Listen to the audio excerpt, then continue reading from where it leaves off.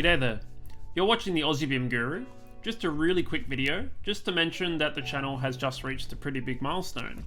We've just hit 10,000 subscribers, which is a really big achievement, and I'm very proud of where the channel has got to so far, and I look forward to seeing where it's going to grow in future. But I do have to say a big thank you to the AEC community, or the Architecture, Engineering and Construction community. And even if you're outside this community and you enjoy my content, just thank you for your support.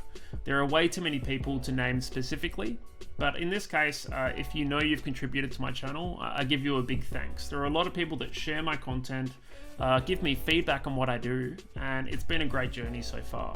And to be honest, you're all around the world. It's been very rewarding to meet people from different walks of life, different stages of BIM maturity in their industry, and just from different backgrounds in terms of how they approach the industry as well. So running this YouTube channel has been a really good way for me to just learn more about my industry that I'm in, and I'm so glad that I'm going through this process. And I look forward to seeing more things that I'll learn as I go through this myself.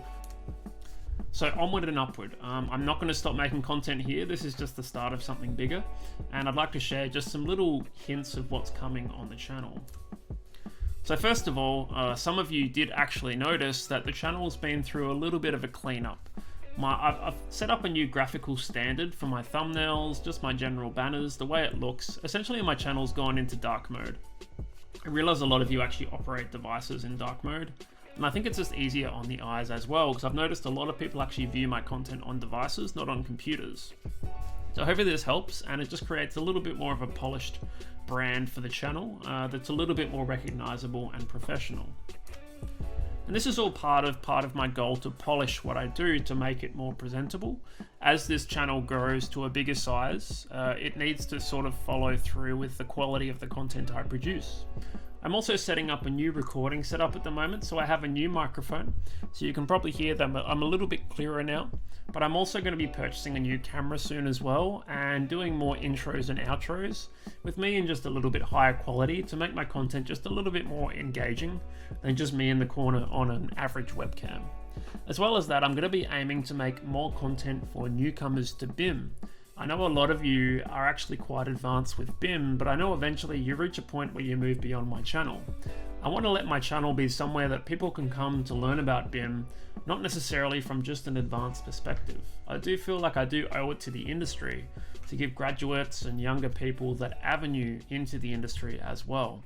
So I am going to be focusing on some fundamentals videos and probably setting up some series that are probably basic for some of you, but probably essential for other graduates entering our industry. So that is one of my goals.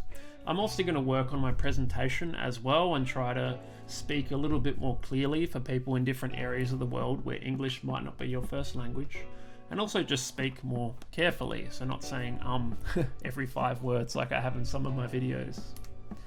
I have some goals as well, so I want to refocus my content back onto Revit, focus more on project setup, project templating, and workflows that are relatable to everyone's everyday work.